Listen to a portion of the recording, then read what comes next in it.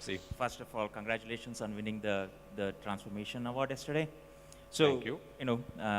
Before we go there, one thing I always wanted to ask you is, you just landed yesterday, came, collected the trophy, and you're all, all energetic, even yesterday and today. How do you do that? How do you beat the jet lag? Two ways. You party hard and get on the plane so you can sleep. You land and party, don't sleep. That's good. And That's a good advice. what happened yesterday was later. Okay, great. In the interest of time, and unfortunately we are running a little late, so we'll make it very fast. One of the things that in the last 20, 25 years of evolutions of the COEs, right? How do you define success?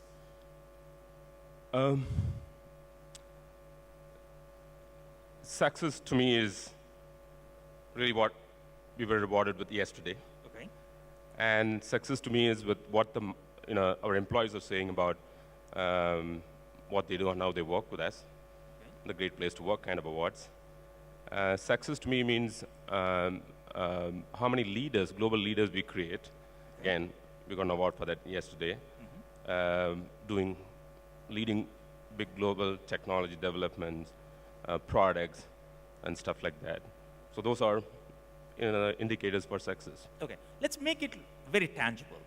Let's get into exactly what you have done, right? I mean, you talked about something around leadership, and just talk about some of your journey, right? What are some of the key things that you implemented to reach where you are? So I would like to recollect what Sharad said, not Sharad, Shekhar said in the last session. He said it very beautifully. Whose agenda are you working on? In a center like this, if you leave it to the agenda of your headquarters, you probably are not going to work on something that you like. Okay. And probably that won't bring prosperity to your teams in terms of their career aspirations, helping them meet their career aspirations and stuff like that. So it's important you have your agenda, your aspirations built into it. At the time we started, in the first few years, there was a phase that we went on to build scale. To me, at that time, the scale was the biggest goal. We weren't very religious about what we will do and will not do. Okay. Scale was the agenda. And the reason why scale was important for us was, in a large company like ours, if you don't have a big scale, the doors don't open. You don't have the right seat at the table. And scale comes with a lot of advantages. One, for example, is it gives you a lot of resources that you can play with. Right. That's one phase. Once we got the scale going, we realized that somebody is going to wake up one fine morning and ask, hey, we have 3,000, 4,000 employees in Bangalore. What is the value we are getting? So, and we shifted. So you shifted, expecting that this is going to come. This is going to come. And also, from this time on, we should focus on depth. Okay. We should focus on value. And, and the agenda completely changed. And everything that we did, the organization processes, our goals, we have driven our agenda. Everything is around depth, capability, and preparing ourselves for the next week. Last year, again, we changed our agenda. We have 5 locations in Asia Pacific. And yeah, when there is a new opportunity to develop something, everyone would want it, right? So how do we change? How do we make sure we know exactly where we will do what? And so we decided then we should have a brand associated with. When we think about Bangalore, we know exactly what we're doing. There's a brand. There's a persona for Bangalore. And similarly, a persona for Chengdu. That's what we did. And the way we... So who helped you define these things? Yes. That's our agenda. Your agenda. You basically took the Our leadership team's to say... agenda. Yeah, not a headquarter agenda. Exactly. Okay. That's very good to know. So, okay, go on. And, and through that process, we are preparing ourselves for the future as well. Okay. And the future, we think, we are ready for prime time for our organization here in APJ. And that is going to happen in the next 12 to 18 months. So when you say the future, what time horizon are you planning? Every second year, we look at, what are, what next? What next for us. Okay. In our evolution. Okay. So as you're thinking about it, what are some of the key ingredients that you focus on? In the last phase, for example, we clearly focused on to prepare ourselves for the future, focused on depth capability. Okay. And we are living in a VUCA world. Our industry, ourselves, is getting disrupted. Mm-hmm. And in this scenario, how do we see our opportunity to help our company? Okay. Organizationally, our company to move forward. So what kind of talent, therefore, we need to build? And for example, one of the things that we did for my extended staff was, how do we be an entrepreneur in a large company scenario? Mm-hmm. And we have a program going on with Indian School of Business for my extended staff around it. What exactly do you do? We have, it's about entrepreneurial leadership, personal effectiveness at that level, and then also we have a program going on to how do you become a general manager of a product? And yes, this is not something that the headquarters is asking us to do, but we see an opportunity for us to step up and prepare ourselves towards it. So that's for the senior leadership. What about the rest of the organization? So we do have also, we're investing a lot in the middle level as well. That's where the rubber meets the road. And how do we help some of our senior managers to become leaders? And we have a program going on with almost a mini MBA. I see KK here. He addressed one of our batches once of one of those groups. So to become leaders and to create future directors, and also things like, for example, often our product teams come and complain during organization talent review. The easy thing to do is to blame HR. Hey, we don't get enough architect CVs. We said, yes, if there are enough architects in the market, you would have known. Mm-hmm. And if you don't know, that's fine. But do we wait for the market to create, or do we invest in creating ourselves, looking long term? So those are some of the things that we do to enable ourselves and be prepared for the future. One of the things that struck my mind while talking to you and your teams is like the focus that you have on diversity, right? Yeah. It is not just as a checklist, but real programs that you have implemented. Can you just talk a little bit about that and why it is important? It's very important. When we talk about depth and capability, so what are we talking about here? Mm-hmm. Really, the kind of outcomes that we want to see around innovation and influence within the organization and stuff like that, right? Diversity and inclusion becomes a very important ingredient as part of our culture. And the kind of things that we do are, in an Indian context, we first define what does really diversity means. What is the true definition of diversity and inclusion in an Indian context? And how do we truly, truly go after it? So one of the things that we do is, of course, women in leadership is one thing everyone does. Gender ratios, again, everyone is focused on. And we took the women in leadership very, very seriously. Okay. Yes, one of the speakers yesterday said there is truly a lack of talent supply at the senior levels in the organization. So what we did was we scanned the market. We counted every single senior leader that we can find when it comes to product. And we took an inventory of that. We had that. And we proactively approached every one of them. Today we have about 7-8 leaders across our portfolio, senior leaders, and including my CFO as well. Okay, excellent. So that's one area. The second area is disability. We're pretty huge on that. It took a long time for us to learn about it, create sensitivity within the organization, change organization processes to support that, and also infrastructure. And in 3 years, we were able to hire about 30, 40 of them. Last year, we said, if this is important for us, we got to double that in 1 year, and we did that. Can you tell why it is important? So when we looked at the culture of the teams that had a person with disability versus somebody else, those teams became more open and respectful, and they did a far superior job in terms of ideas and stuff like that. And it's all about being open, celebrating diverse thoughts within the team, And those are the data points that we have, and it changes the dynamics within the team and within the organization. If you come to our office, you will see them darting around the building more now. Okay. And we have 80 of them in the office today. Excellent. One of the things that Pari was talking about yesterday is like, the companies collectively globally spent about $170 billion acquiring other startup companies because they're not able to innovate within their organization, right? Or for various other reasons. How are you contributing that aspect to your company? So what as innovation is not just about developing a new product. Okay. So one of the things that we have done as part of the unique cultural trait within the organization is breaking the silos.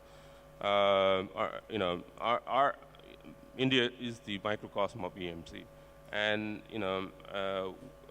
by breaking the silo, what we have been able to accomplish was huge influence on the product roadmaps through incremental innovation. Can you give some concrete examples? There's a program that we have called Information to Intelligence. We have a public cloud offering, and also a part of it, some private cloud offering as well, called Virtusystem as a service, infrastructure as a service. And today, sitting in Bangalore, we touch about 100 Fortune 500 customers, managing their infrastructure. And we have product teams that are developing the products that are behind that offering as well. So we put them together. Okay. And there are no fights happening, right? As they were talking. There is tons of learning our product teams gain out of that interaction, because you're talking about next floor, next door.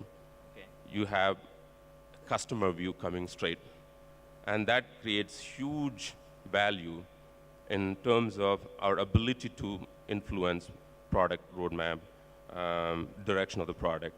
That's something that we do every day. That helps us build depth as well. Are there any tangible examples that you can give where it is not only directly about innovation, but really enabling the organization to kind of deliver things that they were not able to deliver? Because innovation is kind of considered as new product, a new service, or a new, direct revenue, right? But innovation can be in multiple ways. Yeah. So is there any tangible thing that you have done that enabled your organization to reap those benefits? Yes.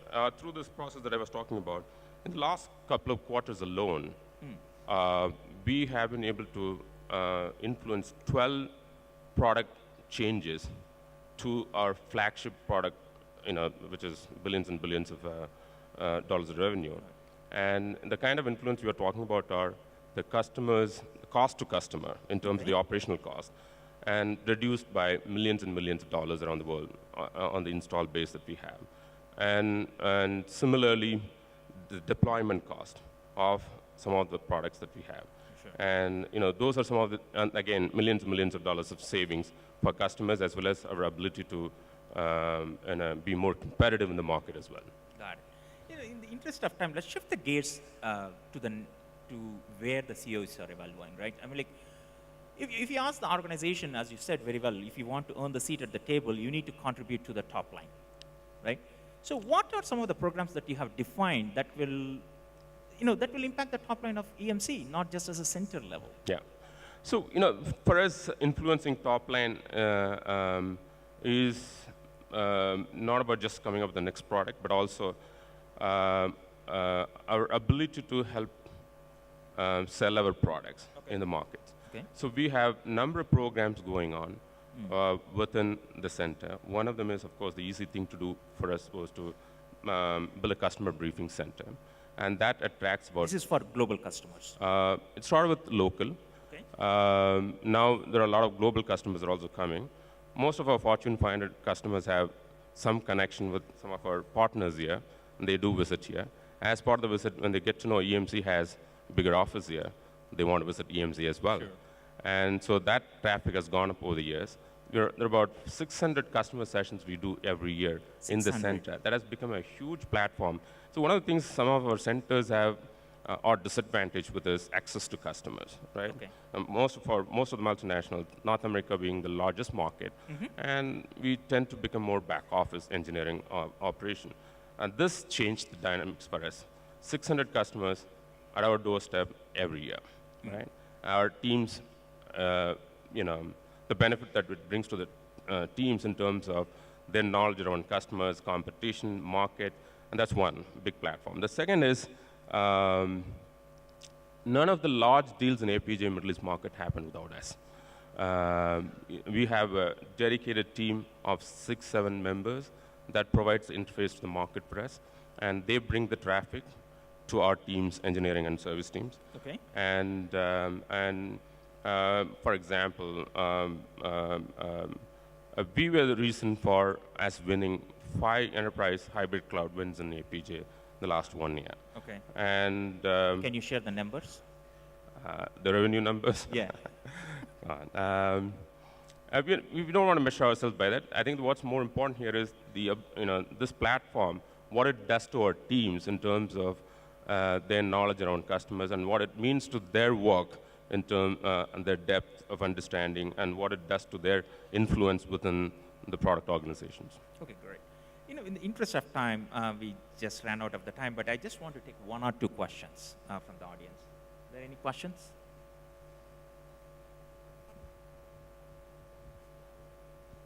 Sorry, I'm not able to see, but one final Lunch, question, I think. right? If you want to share like 3 things that you have done in the last 1 year for the future, what would those things be? One, defining clearly the persona for each of our locations. Okay. And what will be what are they known for? What are they known for? And what we have done is how far they can go from here is not just determined by what we have, Okay. but also what the ecosystem has got to offer. So we put it all together and define a personality or a brand for each of the locations. That's one. That's how the workload for them in the future is going to be attracted. And the second thing is leadership pipeline. And we have done tons of investment for us to absorb more responsibility. And those are the 2 things. And besides that, do you understand the market? That was one of some of the VCs asked, right? Do you really understand the market? So what we have done is to be able to understand opportunities markets like India. We created something called Center for Transformational Innovation. It's not about developing a new product, but what do we do with the technologies that we stand for, the phenomenon that we stand for in the market? How do we use that to solve large-scale problems? Got it. And we've been deeply involved in, for example, projects like Aadhaar. That helps us with that kind of learning. And also, in that process, the specific work that we have done is a healthcare solution using our stack, what it can do to... This is for the global markets. No, markets like India. Markets like how can we transform billion people's lives through this sort of solution? That's one. The second thing is digital analytics platform for smart cities. Those sort of things, again, focused on the market. And that the interest is not about how much money we're going to make out of it, but also our team's ability to connect to the market and learn from it and develop the problem-solving ability. And that's what we have done looking into the future for us to be ready. Excellent. We are way over the time that we are given, so I apologize. This is a topic that Sav can talk for literally a day. But hopefully, some of the tangible things that he shared with us are very valuable for you. And, just grab him whenever you see him. He'll be at least you could spend some time in the corridors, right? So, okay, excellent. So, thank you, Vamsi. Thank you.